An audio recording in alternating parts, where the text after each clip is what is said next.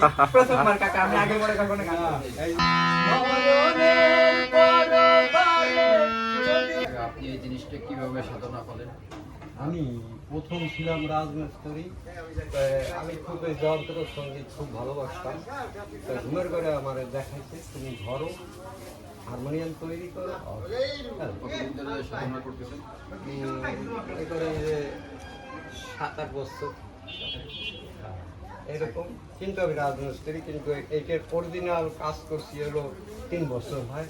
আমি ওই 3বার দেখার পরেই তখন আমি ধরছি, অমনি দেখি হয়ে গেছে। কিন্তু আমি করি নেই, আমার দিকে করাইছি। হ্যাঁ এই কিন্তু আমি কেউ দোকানেও থাকিনি, আর কেউ একটা শিখি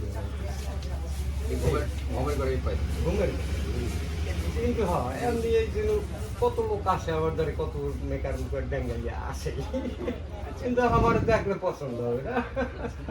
আমার ভাইবেটা একটা গান পরিবেশনা করবে, আপনি এই পাঁচবার শুরু করেন। আচ্ছা, আমি কোনো বাজাইতে পারি না। কোনো একদিন আমায় তুমি খুঁজবে, সেই দিনও গপিয়ে আমার ভালোবাসা বুঝবে। ও আমার ভালোবাসা বুঝবে। কোনো একদিন আমায় তুমি খুঁজবে,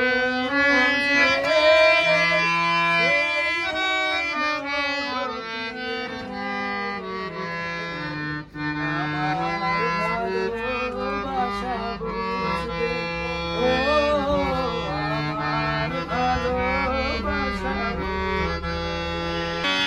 এখন তোমার আর আমাকে নেই কোনো প্রয়োজন। এখন তোমার আর আমাকে নেই কোনো প্রয়োজন। চারিদিকে ঘিরে আছে তোমার কত শত প্রিয়জন। এখন তোমার আর আমাকে নেই কোনো প্রয়োজন। চারিদিকে ঘিরে আছে তোমার কত শত প্রিয়জন। ফেলে আসা দিন তো যাবে,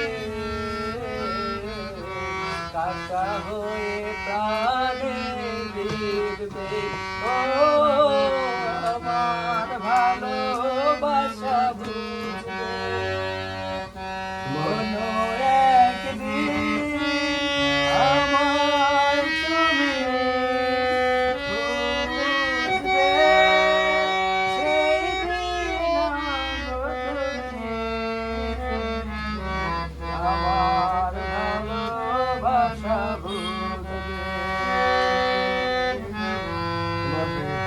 তোমার প্রিয়জন থাকবে না যখন পাশে, যৌবন যদি গো চলে যায় কোনো দিন, সে কি আর ফিরে আসে? তোমার প্রিয়জন থাকবে না যখন পাশে, যৌবন যদি গো চলে যায় কোনো দিন, সে কি আর ফিরে আসে? মরণের পর পারে যদি গো কখনো দেখা হয়,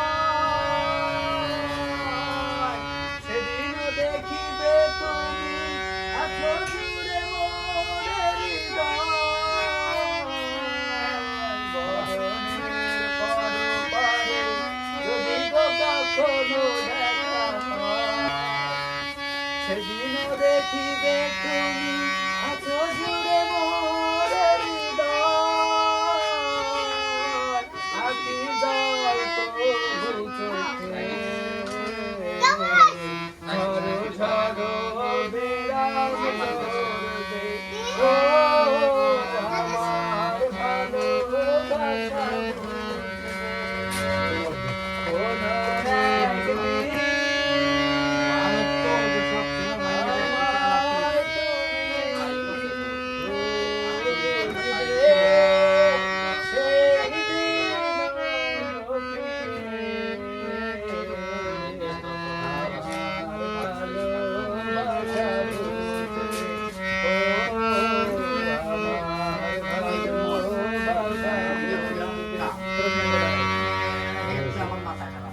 ধন্যবাদ গাইস। কষ্ট হয়েছে একটু বেশি তো পারে